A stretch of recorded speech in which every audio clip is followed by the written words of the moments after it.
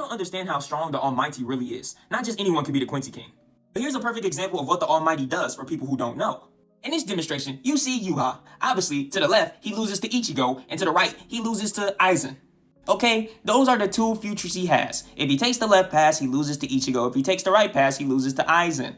However, when Yuha activates the ability known as the Almighty, this is how his future looks. To the left, we see him beating Ichigo and Aizen in his future. And in the middle, he not only beats Ichigo and Aizen, he goes and gets McDonald's after.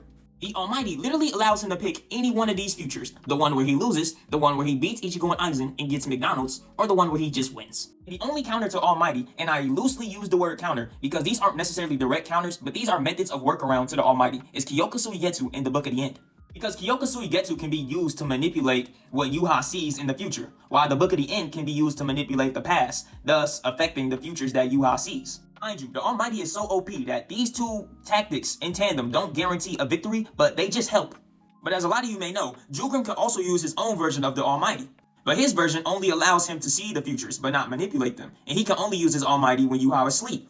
Because the Almighty is so overpowered, it's suspected that Jugram played a part in defeating Yuha by using, guess what? The Almighty. Many people believe that Jugram used the Almighty to hide the future of Yuha's defeat and allow Yuryu to pretty much hit Yuha with the silver arrow, which stopped Almighty from working for a short period of time and ending in his defeat.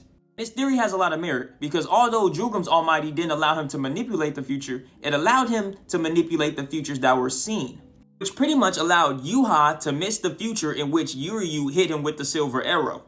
So yes, it's no surprise that the ability to see countless branches of the future and choose what future you want to live in is an overpowered ability.